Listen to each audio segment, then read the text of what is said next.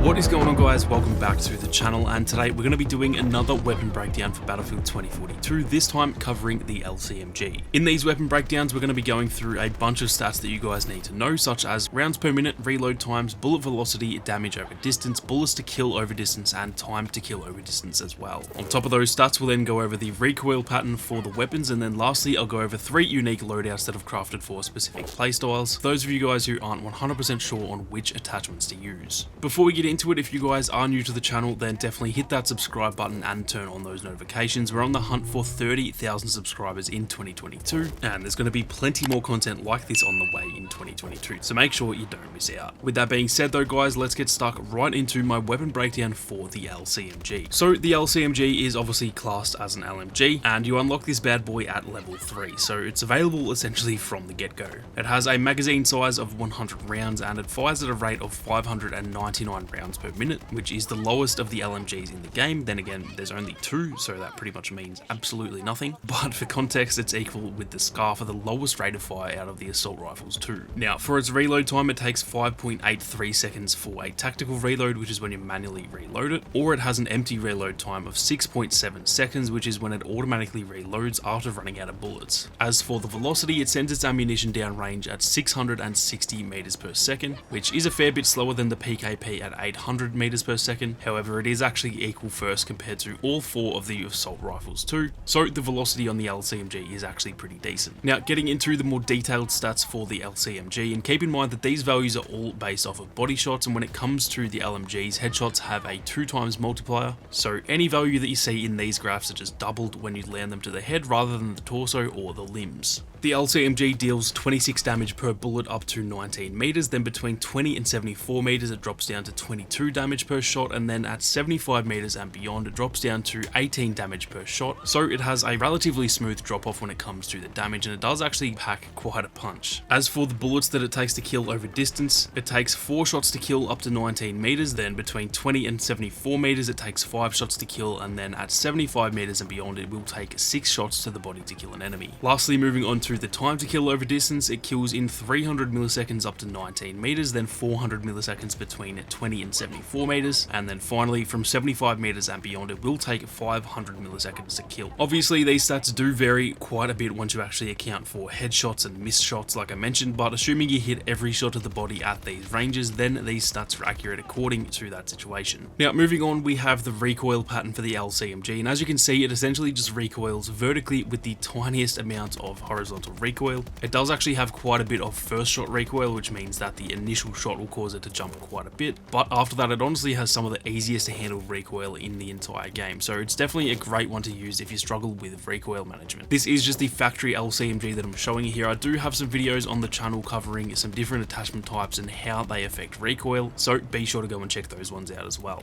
Now moving on, like I mentioned, I've actually crafted 3 different loadouts that I like to often use on the LCMG, depending on the mode or the map or just how I feel like playing in general. So if you're not 100% sure on what attachments to use, then hopefully this can give you a good starting point, and obviously these can be slightly altered and adjusted to your own preferences, so they are by no means set in stone. Also keep in mind that you can obviously bring 3 attachments per slot in the plus system, so technically you can bring all 3 of these loadouts along and change them on the fly. The first loadout that I wanted to cover is what I like to call the laser beam, and as the name suggests, this one just causes the LCMG to pretty much be as accurate as you can make it without having to change your playstyle too drastically. For the sight, I use the TV 2x scope, and that is one of my personal favorites when it comes to a little bit of added range. Personally, I find that anything more zoomed in gives a little bit too much visual recoil for me, so this one is my go-to if I'm not interested in any of the red dots. For the ammo, I use the extended mag, as like I said, this one actually has some really solid recoil once you've been firing it for a while, so essentially by extending the magazine, you're just going to be able to fire for longer and hold down those objectives while staying accurate. For the underbarrel, I use the LWG grip. This one is pretty much equal with the rattlesnake for accuracy, but it is a little bit better with static shooting, which suits an LMG a lot more than running around like a madman. So either of them are okay, but I personally prefer the LWG grip in this build. Lastly, for the barrel, I use the tactical compensator, which just reduces the horizontal recoil ever so slightly, and as you saw from the recoil patterns earlier, that will pretty much eliminate any horizontal recoil at all, while the vertical recoil is already easy enough to handle, so this makes it super easy to control the recoil. Now moving on to the second loadout that I wanted to cover, this one is the close range build, and exactly as it sounds, this one just makes the LCMG a little bit more viable at at close range. Honestly, LMGs aren't generally that great for these situations compared to say an SMG or an AR, but in Battlefield 2042 they can definitely still be viable, so be sure to give this loadout a shot. For the sight I use the Fusion Hollow, as this one is my personal favourite for those close quarters engagements, or if you're fine with the iron sights then honestly you could run that over this one, but for me this is my go-to. For the ammo I use the close combat rounds, which reduces the recoil slightly while reducing the range of the weapon, but it does also increase the rate of fire. For the underbarrel I use the rattlesnake light grip, which is now an obvious choice if you've seen the video on the underbarrel attachments and exactly what they do. This is easily the best grip when it comes to close quarters engagement, so be sure to go and check out that video if you haven't already. Lastly, for the barrel I use the shortened barrel, as this just increases the rate of fire once again on the LCMG, making it even better suited for close quarters while reducing the velocity of the weapon, which obviously doesn't matter too much when it comes to close to mid range. Like I said, this build is definitely going to make the weapon a lot more effective at close range, but it is still not an SMG, so don't sprint around like a madman thinking you're going to be outplaying the Vector or the MP9. You do still have to steady yourself and sort of stick to a slightly slower playstyle, but this will definitely suit close quarters more than any other build.